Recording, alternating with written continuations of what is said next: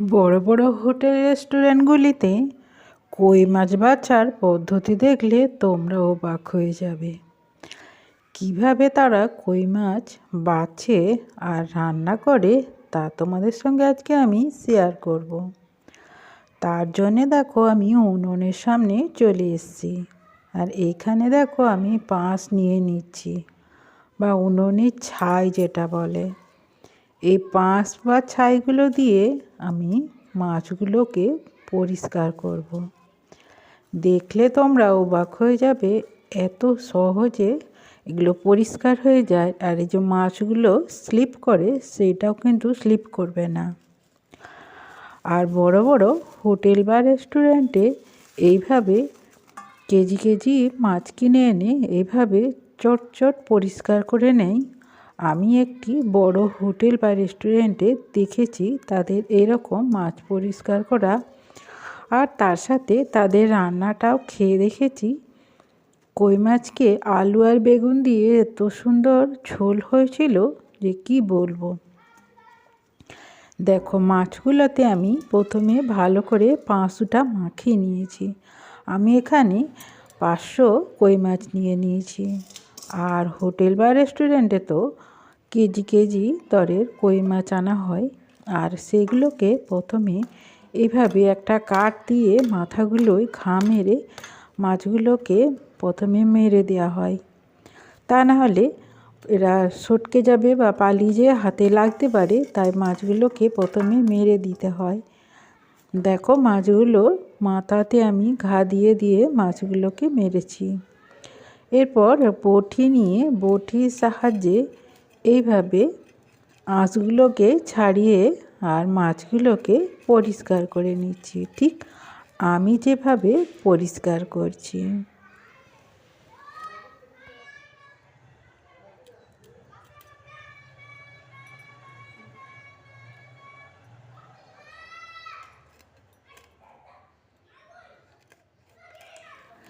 এরপর দেখো সাইডের যে কাঁটাগুলো থাকে, সেই কাঁটাগুলোকে ঠিক এইভাবে ঘষে ঘষে তুলে দিতে হবে, না হলে কই মাছ তো খাওয়াই যাবে না।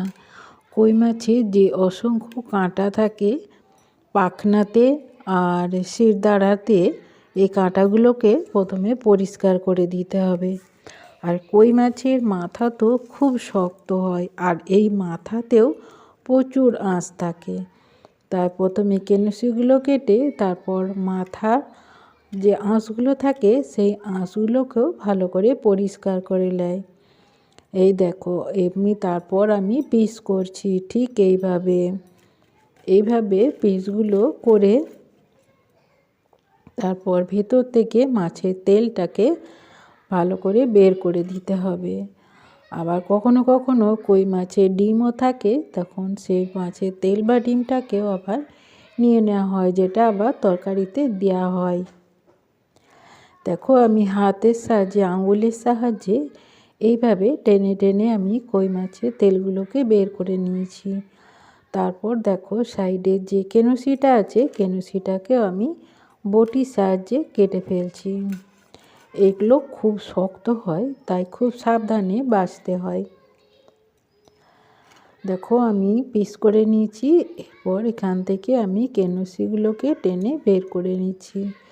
দেখো আর অবশিষ্ট কিছু যদি আঁশ থাকে তখন এটা জল দিয়ে ধোয়ার সময় বের করে নিতে হবে।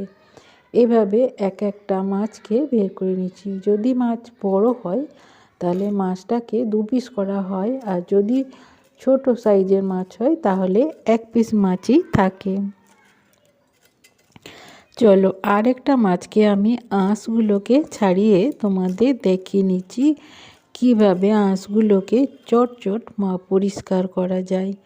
আর এই যে আঁশ বা ছাই দেওয়ার জন্য দেখো স্লিপ করছে না মাছগুলো, মানে মাছের যে ললে অংশটা সেটা আর বের হয়নি। এরপর 2 থেকে 3 বার, দরকার হলে 5 থেকে 6 বার জল পাল্টে পাল্টে মাছগুলোকে খুব ভালো করে পরিষ্কার করে নেওয়া হয়। আমি এখানে অল্প সংখ্যক মাছ নিয়ে দেখিয়ে দিচ্ছি। আর হোটেল বা রেস্টুরেন্টগুলিতে তো কেজি কেজি মাছকে বড় বড় গামলার মধ্যে দিয়ে পরিষ্কার করা হয়। দেখো আমি 2 থেকে 3 বার জল পাল্টে পাল্টে মাছগুলোকে পরিষ্কার করে নিচ্ছি। আচ্ছা বন্ধুরা, তোমরা কে কোথা থেকে ভিডিওটি দেখছো আমাকে কমেন্টে জানিও। দেখো মাছ থেকে আমি জলটা খুব ভালোভাবে নিংড়ে নিচ্ছি। তারপর দেখো এখানে নুন, হলুদ আর লঙ্কা গুঁড়ো দিয়ে মাছগুলোকে ম্যারিনেট করা হয়।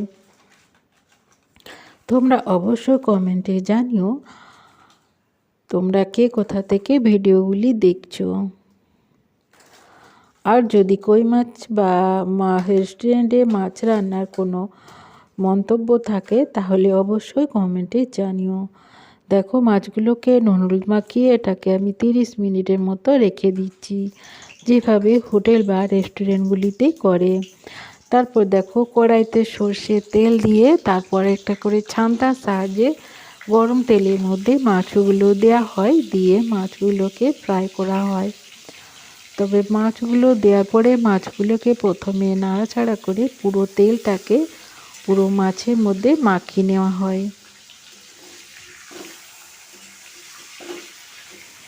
দেখো মাছগুলোকে নেড়ে নেড়ে আমি ভালো করে তেলটাকে মাখিয়ে নিচ্ছি।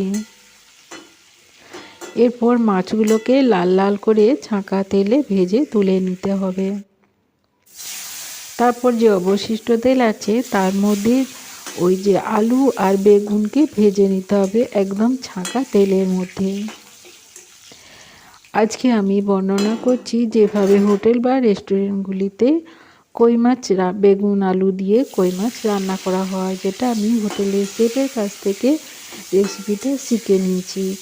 তারপর আলু আর বেগুনকে খুব ভালো করে ভেজে ছেঁকে তুলে নেব।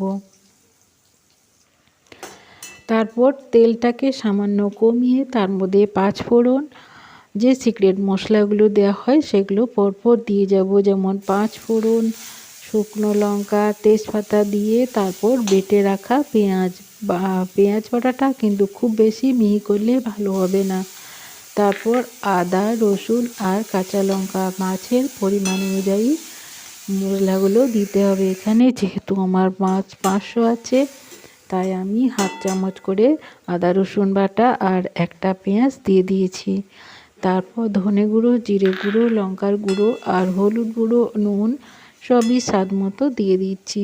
দিয়ে আবারও মশলাকে খুব ভালো করে কষে নিতে হবে যতক্ষণ না মশলা থেকে তেল ছাড়ছে।